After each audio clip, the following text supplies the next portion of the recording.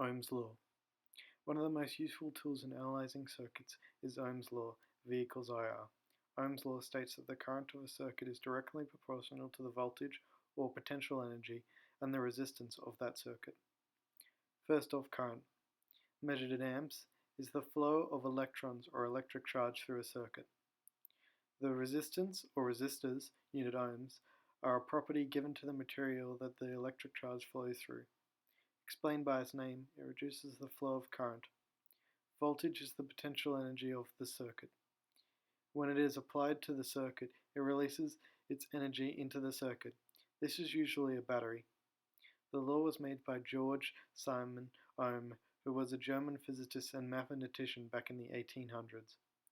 He used chemical batteries and tested them with different sizes of wires. He determined that voltage and current were proportional.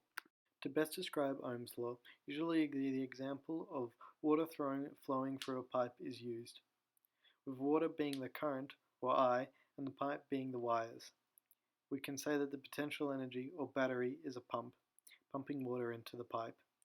If a piece of cloth is an example of a resistor, we can see that it slows down the flow of water and congests the pumped water. This is the basics of the rule. The resistor slows down the flow of the current. With the larger resistance, the smaller the current, if the voltage is constant.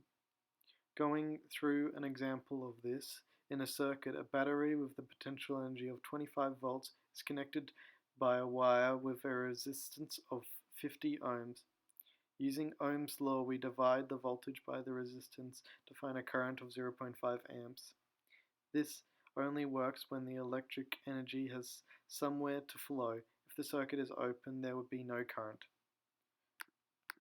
Without the law, much of the technology and devices we use in our everyday lives wouldn't exist.